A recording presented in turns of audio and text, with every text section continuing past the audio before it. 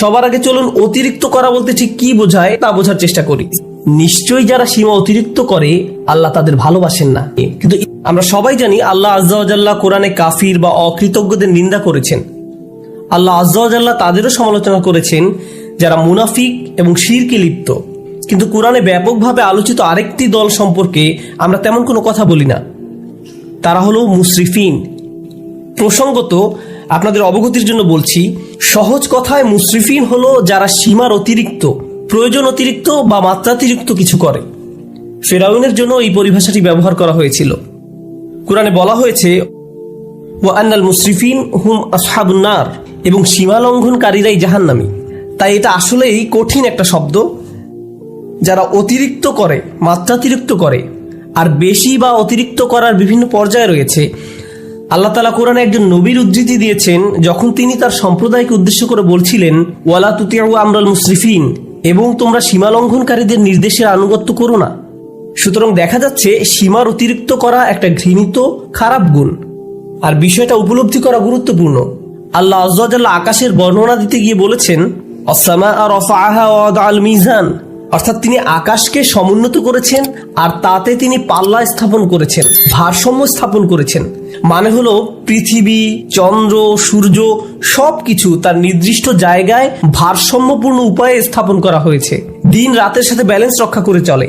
মহাকাশে যা কিছু আছে কুল্লুন ফি ফালাকি ইয়াসবাহুন, সবাই আপন আপন কক্ষপথে বিচরণ করে। এভাবেই আল্লাহ বিষয়সমূহ পছন্দ করেন। বিভিন্ন জিনিস একে অন্যের সাথে সঙ্গতি এবং ভারসাম্য বজায় রেখে চলুক। সূরা আর রহমানে আল্লাহ এই ব্যাপারটি বর্ণনা করার পর আরো যোগ করেন আল্লাহ তাতাগাউ ফিল মিজান, যাতে তোমরা ভারসাম্য লঙ্ঘন না করো, যাতে তোমরা ভারসাম্য রক্ষা করে চলো এবং কোনো কিছু সীমার অতিরিক্ত বা মাত্রাতিরিক্ত না করো। মহাকাশের সবকিছু ঠিক যেমন একটা ভারসাম্য এবং সমন্বয় বজায় রেখে চলছে, আমাদেরও সবকিছুতে ভারসাম্য বজায় রেখে চলা উচিত। আমাদের ব্যবসা বাণিজ্য, আমাদের চলাফেরা, চিন্তা পদ্ধতি সবকিছুতে ভারসাম্য রক্ষা করে চলা উচিত। সবার আগে চলুন অতিরিক্ত করা বলতে ঠিক কি বোঝায় তা বোঝার চেষ্টা করি। ইসরাফ শব্দের সাধারণ অর্থ হলো প্রয়োজনের অতিরিক্ত করা, মাত্রাতিরিক্ত করা। একটা উদাহরণ দিচ্ছি। রমজানের সময় ইফতার শুরু করার পূর্বে অনেকেই নিজের প্লেটে যত পারেন খাবার নিতে থাকেন। তখন মনে মনে ভাবেন এগুলো শেষ করা কোনো ব্যাপারই না, কিন্তু প্লেটের 25% খাবার শেষ করতেই আপনার পেট ভরে যায়। তাহলে দেখা যাচ্ছে আপনি যতটুকু খেতে পারবেন তার চেয়ে অনেক বেশি নিজের প্লেটে নিয়েছেন, কারণ আপনি ইসরাফে ভুগছেন। যা দরকার তার চাইতেও অনেক বেশি নিচ্ছেন, কারণ আপনার ক্ষুধার অনুভূতির ক্ষতিপূরণ করছেন। খাবারের ইসরাফ যেহেতু অনেক কমন, তাই আরেকটা উদাহরণ দিচ্ছি। যেমন ধরুন, মানুষ বিয়ে বা অন্য কোনো খাবার দাওয়াতে যায়, আর সেখানে হয়তো সারিবদ্ধভাবে সবাইকে খাবার সংগ্রহ করতে হয়, সবাইকে নিজ নিজ প্লেটে খাবার নিতে হয়। তো আপনার হয়তো মুরগির গোশত অনেক পছন্দের, তাই মুরগির গোশতের সামনে গিয়ে যত পারেন নিজের প্লেটে পুরতে থাকেন, কারণ পেছনের লম্বা লাইনের দিকে তাকিয়ে আশঙ্কা করেন যে পরের বার আসলে হয়তো আর পাবেন না। তাই এত বেশি পরিমাণে নিজের প্লেটে নেন, মনে হয় যেন এটা দিয়ে একটা রেস্টুরেন্ট খুলতে পারবেন। আপনি এমনটা করেন কারণ আপনি তখন ইসরাফে ভুগছেন। আপনি সবটা খেতে পারবেন না, তবুও অনেক বেশি আপনার প্লেটে নিয়েছেন। ইসরাফ শুধু প্লেটে অতিরিক্ত খাবার নেয়ার নামই নয়, বরং বেশি খাওয়াটাও ইসরাফ। আপনার পেট ইতিমধ্যে ভরে গেছে, আপনি তবুও খাচ্ছেন। আপনি সারাক্ষণ কিছু না কিছু চাবাচ্ছেন, শুধু ভোগের উপরে আছেন। খাবারের ক্ষেত্রে আপনার যেটা খাওয়া উচিত নয় সেটা অনেক বেশি পরিমাণে ভক্ষণ করাটাও ইসরাফ। হ্যাঁ, শরীর ঠিকভাবে কাজ করার জন্য চিনি দরকার, শর্করা দরকার, কিন্তু সবকিছু একটা সহনীয় মাত্রায় থাকতে হবে। এখন আপনি যদি সারাক্ষণ চকলেট বা মিষ্টি জাতীয় খাবার খেতে থাকেন, ঠিক প্রকৃতিতে যেমন ভারসাম্য রয়েছে, ঠিক তেমনি আপনি যদি খাবারের ভারসাম্য বিনষ্ট করেন, একটার চেয়ে অন্যটা বেশি পরিমাণে খান, আপনার শরীরে এর বিরূপ প্রতিক্রিয়া দেখা দিবে। এই প্রতিক্রিয়া হয়তো এখন দেখা যাচ্ছে না, কিন্তু 1 দশক পরে হার্টের সমস্যা, ডায়াবেটিসের জন্য ডাক্তারের শরণাপন্ন হতে হচ্ছে, কারণ আপনি ইসরাফে ভুগছিলেন। তাহলে দেখা যাচ্ছে ইসরাফ একজন মানুষের জীবনে বহু খারাপ পরিণতি নিয়ে আসে। আমি খাবারের উদাহরণ দিয়ে শুরু করেছি, কিন্তু ইসরাফ খরচ করার ক্ষেত্রেও হতে পারে। আপনি মার্কেটে গিয়েছেন একটা ব্যাগ কিনতে, কিন্তু নিয়ে এসেছেন 3টি ব্যাগ, কারণ 3টা ব্যাগের কালারই খুব সুন্দর। অথবা দোকানে গিয়েছেন শুধু ডিম কেনার জন্য, কিন্তু বাজার শেষে দেখেন $200 খরচ করে ফেলেছেন, কারণ যা সামনে পড়েছে সব ঝুড়িতে পড়েছেন। এটাও ইসরাফ। আপনার দরকার ছিল না, কিন্তু ভেবেছেন এখন দরকার নেই, পরে হয়তো লাগবে। ওইটা দরকার হতে পারে, এটা দরকার হতে পারে। এভাবে নিজেকে বুঝিয়েছেন আপনার এগুলো দরকার। এই কারণে কিছু মানুষ জিনিসপত্র অতিরিক্ত জমানোর সমস্যায় ভোগেন। তাদের এত জামা কাপড় যে ওয়ারড্রোবে জায়গা হয় না। তাদের আলমারি 1987 সাল থেকে জমানো কাপড়ে পূর্ণ হয়ে আছে। মানুষ এভাবে অপ্রয়োজনীয় জিনিসপত্র সংগ্রহ করে রাখে, যেটা আসলে সে ব্যবহার করে না, কাজে লাগায় না। এটাও এক ধরনের ইসরাফ। আপনি বাসায় গেলে নিজেই বলতে পারবেন জিনিসপত্র জমিয়ে রাখার সমস্যায় ভুগছেন কিনা। যদি দেখেন এখানে সেখানে ছোটখাটো জিনিসপত্র পড়ে আছে, বুঝতে পারছেন না কোথায় রাখবেন, জানেনও না এটা আসলে কোন কাজে লাগে, মনে মনে ভাবেন এটা আসলে কি কাজে লাগে, এরকম যদি অনেক থাকে, সম্ভবত আপনি ইসরাফে ভুগছেন। তো জমিয়ে রাখা আর অতিরিক্ত চাওয়া একজন মানুষের জীবনে সত্যিকারের সমস্যা হিসেবে দেখা দিতে পারে। খাওয়া এবং জমিয়ে রাখার অভ্যাস ছাড়াও ইসরাফ হতে পারে বিনোদনের ক্ষেত্রে। সবারই মাঝে মাঝে একটু রিল্যাক্স দরকার পড়ে। সোশ্যাল মিডিয়ায় কিছু একটা দেখা, কোথাও ঘুরতে যাওয়া বা কিছুক্ষণ খেলাধুলা করার মাধ্যমে একটু বিরতি নিতে পারেন, এটা সমস্যা না। কিন্তু কিছু কিছু মানুষের জন্য তার গোটা জীবনটাই যেন একটা বিরতি। ঘুম থেকে উঠেই বিনোদন করা শুরু করে, ঘুমোতে যাওয়ার সময়ও বিনোদন করে, একটার পর একটা জিনিস ক্লিক করতে থাকে, এভাবে ঘন্টার পর ঘন্টা পার হয়ে যায়। এটাও এক ধরনের ইসরাফ। কারোর সাথে বসবাস করা ঠিক আছে, কিন্তু হোয়াটসঅ্যাপে যদি আপনার বসবাস হয়ে থাকে তাহলে সেটা তো সমস্যা। সুতরাং সবকিছুর একটা ভারসাম্য যেমন আছে, ঠিক তেমনি অতিরিক্ত করে ফেলার ঝুঁকিও আছে। আর কোনো কিছুতে অতিরিক্ত ডুবে থাকা আসলেই সমস্যাজনক। আল্লাহ আযজা ওয়া জাল্লা এক জায়গায় সবচেয়ে কম ধমকের সুরে বলছেন, ইন্নাল্লাহা লা ইউহিব্বুল মুসরিফিন, নিশ্চয়ই যারা সীমা অতিরিক্ত করে আল্লাহ তাদের ভালোবাসেন না।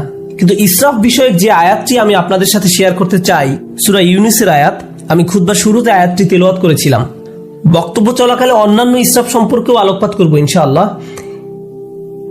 এখানে যে ব্যাপারটি তিনি তুলে ধরেছেন তা কোরআনের আরো কিছু জায়গাতেও আলোচনা করা হয়েছে। তিনি বলছেন, মানুষ যখন কঠিন কোনো পরিস্থিতিতে পড়ে যায়, সেটা অর্থনৈতিক কোনো সমস্যা হতে পারে, স্বাস্থ্যগত কোনো সমস্যা হতে পারে, পারিবারিক কোনো সমস্যা হতে পারে, ধর্মীয় সংকট হতে পারে, যে কোনো ধরনের সংকটই হোক না কেন, যা মানুষের উপর পতিত হয়, দাআনা লিজানবিহি আও কাঈদান আও কাঈমান, তখন সে আল্লাহকে ডাকতে থাকে, ইয়া আল্লাহ, আমাকে এই পরিস্থিতি থেকে বাঁচিয়ে দিন, একমাত্র আপনিই আমাকে এখন বাঁচাতে পারেন, আমি সব উপায়ে চেষ্টা করেছি, আমাকে সাহায্য করার কেউ নেই একমাত্র আপনি ছাড়া। যে ব্যক্তি দাঁড়িয়ে বসে শয়নে আল্লাহকে ডাকতে থাকে, ইয়া আল্লাহ, আমার এই সমস্যাটা দূর করে দিন, আমাকে সাহায্য করুন, তখন সে বেপরোয়া হয়ে আল্লাহকে ডাকতে থাকে।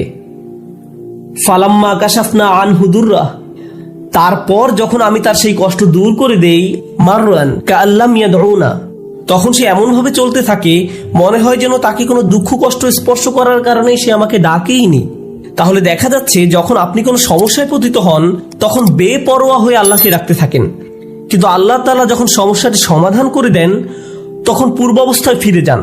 তখন আমরা এমন আচরণ করি মনে হয় যেন আমরা আল্লাহর নিকট কোনো প্রার্থনা করিনি, আমাদের চোখ থেকে অশ্রু নির্গত হয়নি, কিন্তু আমরা ঠিকই তখন কেঁদেছিলাম। আর এখন আমাদের কষ্ট দূর করে দেওয়ার পর আমরা আল্লাহকে ভুলে গিয়েছি, নিজের মতো করে জীবনে চলা শুরু করেছি।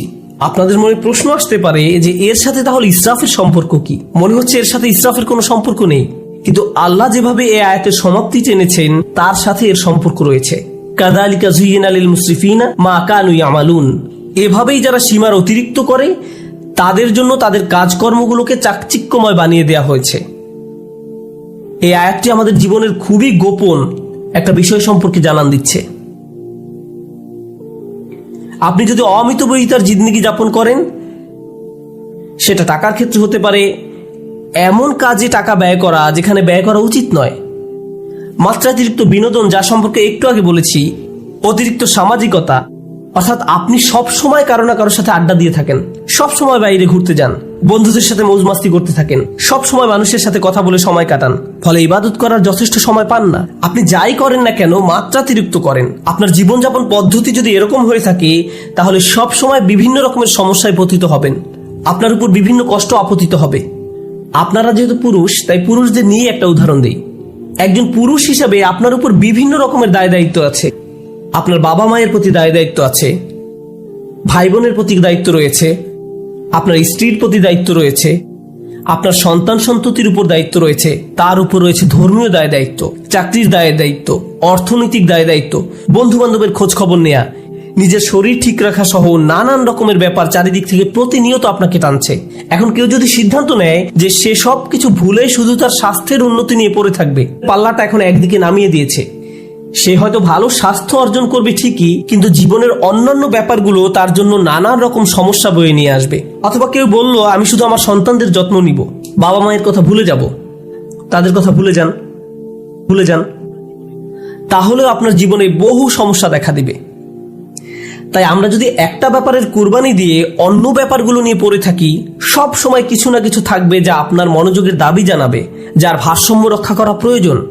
প্রতিবার যখন আমরা একটা কিছু অতিরিক্ত পরিমাণে করি, এর মাধ্যমে আমরা আসলে অন্য আরেকটা ব্যাপারকে অগ্রাহ্য করি, বঞ্চিত করি, কিছু একটার অধিকার আমরা অস্বীকার করি। ফলশ্রুতিতে আমাদের জীবন পথে নানান রকম সমস্যা এসে জড়ো হয়। তারপর আমরা আমাদের সমস্যা দূর করে দেওয়ার জন্য আল্লাহর কাছে দোয়া করি। আমরা যখন কোনো কষ্টকর সময় পতিত হই, তখন একটি বিষয় আমরা পরীক্ষা করে দেখতে পারি, কোথায় আমি অতিরিক্ত কিছু করেছি, কোন কাজে আমি বেশি আচ্ছন্ন হয়ে পড়েছিলাম, কোন ব্যাপারটা আমি উপেক্ষা করেছি, আর কোন ব্যাপারটায় আমি অতিরিক্ত মনোযোগ দিয়েছি। আমি কি কোনো কিছুতে বেশি করে ফেলেছি? এজন্যই কি আমি সমস্যায় পড়েছি?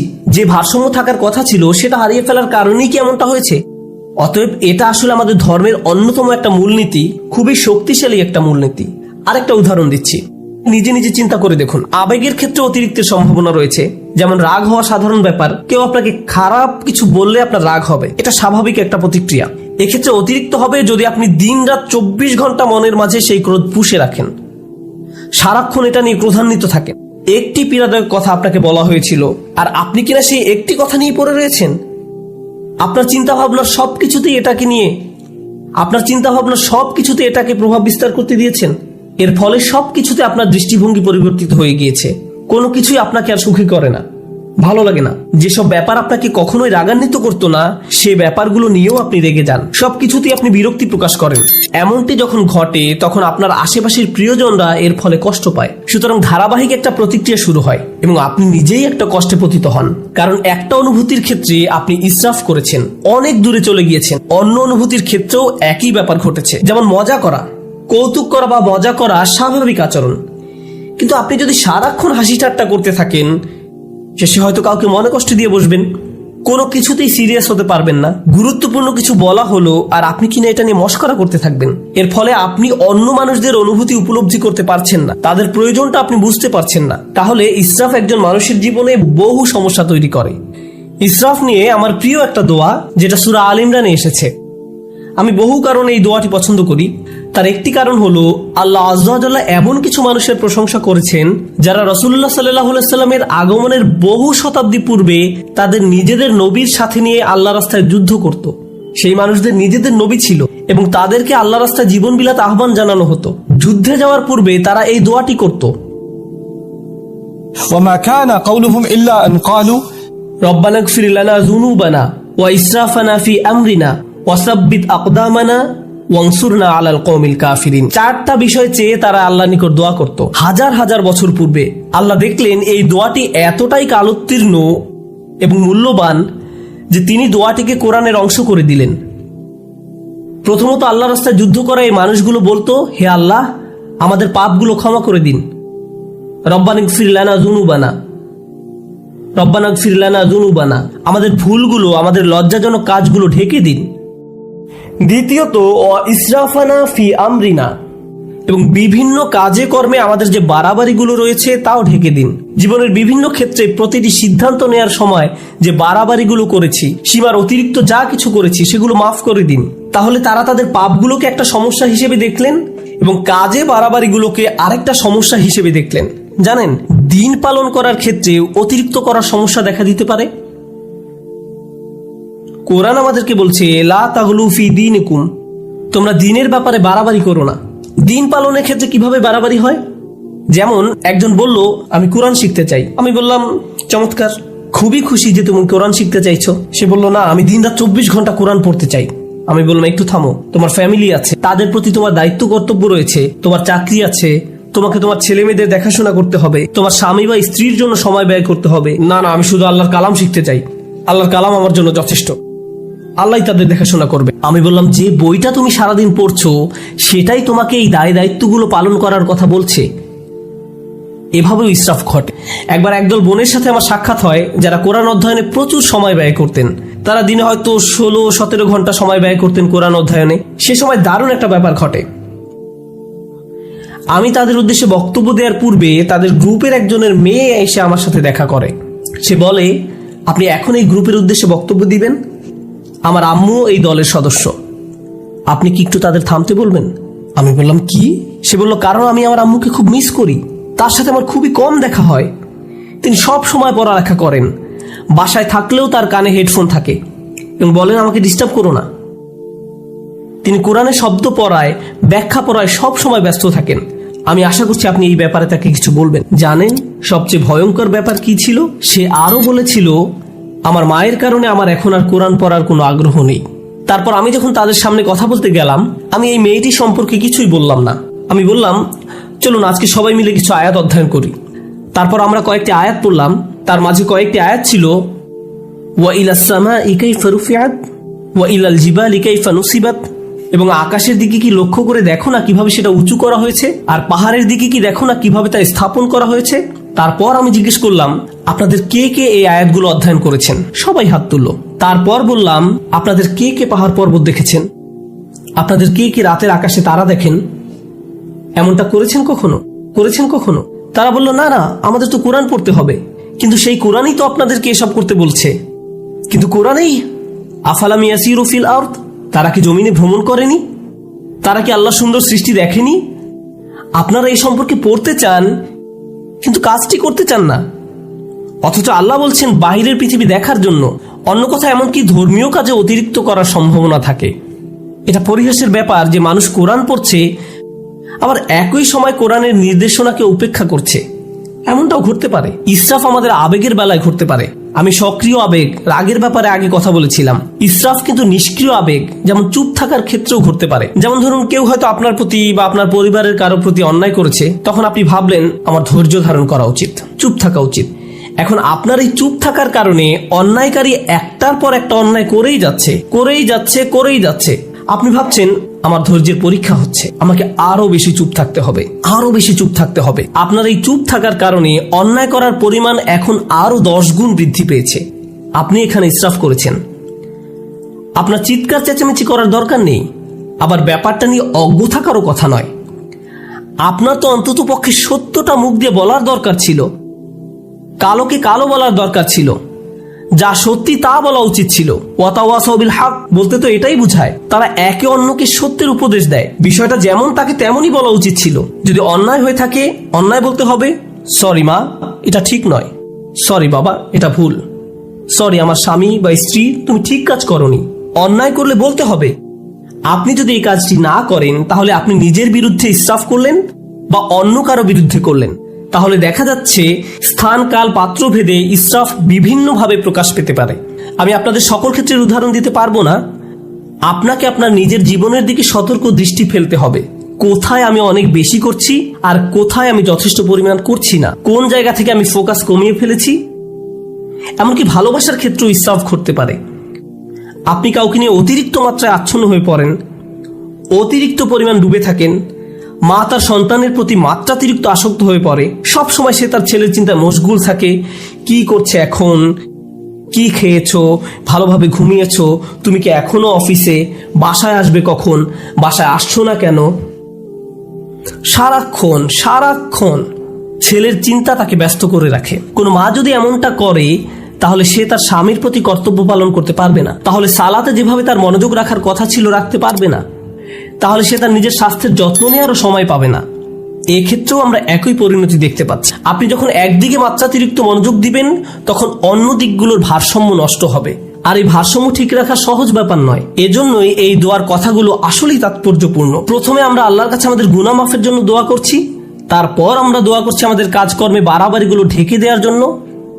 অন্য কথায়, যখনই আপনি কোনো কিছু মাত্রাতিরিক্ত করে ফেলছেন, নিশ্চয়ই এর ফলে অন্য কিছুর ভারসাম্য বিনষ্ট হয়ে গিয়েছে। ওয়াসাব্বিত আকদামানা, আমাদেরকে দৃঢ় পদ রাখুন, আমাদেরকে অবিচল রাখুন। সাব্বিত আকদামানা, পা সুদৃঢ় করুন। আমরা এখান থেকে কি শিখছি? ইসরাফ কি করে? ইসরাফ আপনার জীবনের ভারসাম্য নষ্ট করে ফেলে। আমরা সূরা ইউনূসের অন্য একটি আয়াত শিখেছি, ইসরাফ আমাদের জীবনে নানা রকম সমস্যা নিয়ে আসে। আর এখানে আমরা শিখছি আমাদের পা দৃঢ় থাকবে না যদি আমাদের জীবনে ইসরাফ থাকে। প্রতিবার যখন কিছু আপনি মাত্রাতিরিক্ত করছেন, জীবনের অন্য কিছু তার গতিপথ হারিয়ে ফেলতে পারে। আপনার জীবনে এখন উদ্বেগ উৎকণ্ঠা দেখা দিয়েছে, আপনি সমন্বয় অনুভব করতে পারছেন না, আপনি আপনার অন্তর দিয়ে তা উপলব্ধি করতে পারেন এবং বাইরে থেকেও সঠিক মনে হয়, কিন্তু সবকিছু যখন ভারসাম্য হারিয়ে ফেলে, ঠিকমতো ঘুমাতে পারেন না, মানসিক শান্তি হারিয়ে যায়। আপনার চিন্তা ভাবনার দিকে নজর দিলেই বুঝতে পারবেন ইসরাফ করছেন কিনা। শুধু নিজের চিন্তার দিকে নজর দিলেই। যদি আপনার পা দৃঢ় থাকে এবং যে অবস্থায় আছেন সেখানে যদি নিজেকে নিরাপদ অনুভব করেন, এটা আসলে প্রমাণ করে যে আপনার জীবন থেকে ইসরাফ দূর হয়ে গিয়েছে। রব্বানা গফির লানা যুনুবানা ওয়া ইসরাফানা ফি আমরিনা ওয়া সাব্বিত আকদামানা।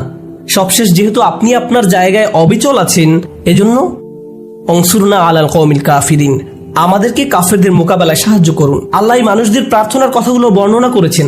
যুদ্ধে যাওয়ার পূর্বে আমাদেরকে শক্তিশালী করে তুলুন। এখানে কিভাবে আপনি শক্তিশালী হয়ে উঠবেন? সবার আগে আল্লাহ আপনাকে ক্ষমা করে দিবেন, তারপর আপনাকে অতিরিক্তের ক্ষতি থেকে বাঁচিয়ে দিবেন। ফলশ্রুতিতে আপনি শক্তিশালী হয়ে উঠবেন। আর তাই এখন আপনি শত্রু মোকাবেলা করার জন্য প্রস্তুত। অনসুরনা আলাল কওমিল কাফিরিন। এভাবে গভীর দৃষ্টিকোণ থেকে চিন্তা করলে আমরা বুঝতে পারবো কিভাবে আমাদের জীবনে ব্যালেন্স রক্ষা করব, কিভাবে আমাদের জীবনে ভারসাম্য ফিরিয়ে আনবো। আল্লাহ আজ্জা ওয়া জাল্লা ইসরাফ সম্পর্কে জিজ্ঞাসা করবেন। আপনাদের কেউ কেউ নিজের ছেলে মেয়েদের ভালোবাসার ক্ষেত্রেও ইসরাফ করেন। আপনি একজনের চেয়ে অন্যজনের প্রতি বেশি ভালোবাসা দেখান। এমনকি আপনি যদি খারাপ ব্যবহার নাও করেন, একজন কাছে আসলে তাকে আদর করে জড়িয়ে ধরেন, চুমু খান, আর অন্যজন কাছে আসলে তাকে দূর থেকে আসসালামু আলাইকুম, তাকে কাছে টেনে নেন না। আপনি তার সাথে খারাপ আচরণ করেননি, কিন্তু তবু এটি ইসরাফ। প্রতিক্রিয়া দেখানোর ক্ষেত্রেও ইসরাফ হতে পারে। একজন বিস্কুট খেলে আপনি তাকে ধমক দিয়ে বলেন, হেই তোমাকে না বিস্কুট খেতে নিষেধ করেছিলাম, আর অন্যজন খেলে তাকে আদর করে বলেন, ওহো তুমি কেন বিস্কুট খেয়েছো। এখানেও কিছুটা ইসরাফ হয়ে যাচ্ছে।